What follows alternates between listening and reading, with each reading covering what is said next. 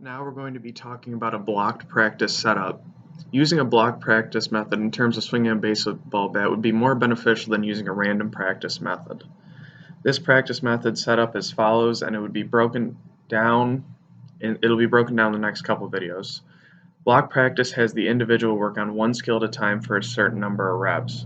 So instead of kind of having someone just go one hit of this, one hit of that, or in more advanced terms, hit one fastball, then I'll throw you a curveball, then I'll throw you a slider, then I'll throw you a changeup, which is more accustomed to what I've been doing because I've been playing baseball since I was 3, so I'm used to it.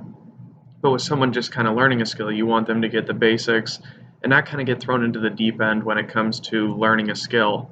So in the block practice I set up, I plan to use practice or warm-up swings, kind of just get the muscles loose and ready to keep working and moving on to the next part of the skill. Kind of if they're having struggles or errors there, then you can correct the errors and break it down again as discussed in the last video and correct them and have them keep working until they get it correct for about 10 to 15 reps.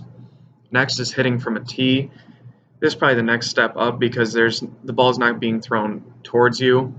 It's just sitting on a tee, so you can kind of work more on your technique of your skill rather than having to make contact with the ball. If you don't make contact with the ball the first couple times, that's fine. You're more working on your skill at that point, and that's for another 10 to 15 reps. Finally, soft toss.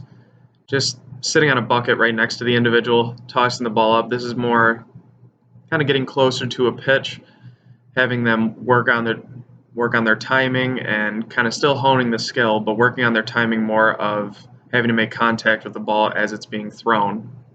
This is for another 10 to 15 reps or of good hits, which I'll explain later. Finally, slow pitch, more like batting practice.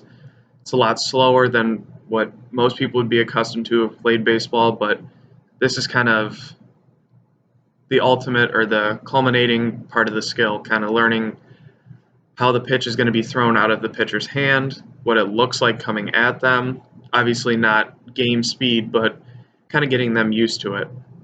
And using this method helps the learner focus on one part of the advancement of the skill rather than random practice. And random practice almost throws the individual to the deep end, as I said. What I mean is they could do one rep of just a practice, well, not one rep of practice, but one rep of hitting off a tee to batting practice, and this could really throw them off when they're just trying to learn a skill. They might not have the breakdown already or the general knowledge of the skill, so kind of just going from one hit off the tee to hitting a fastball would be kind of challenging for the individual.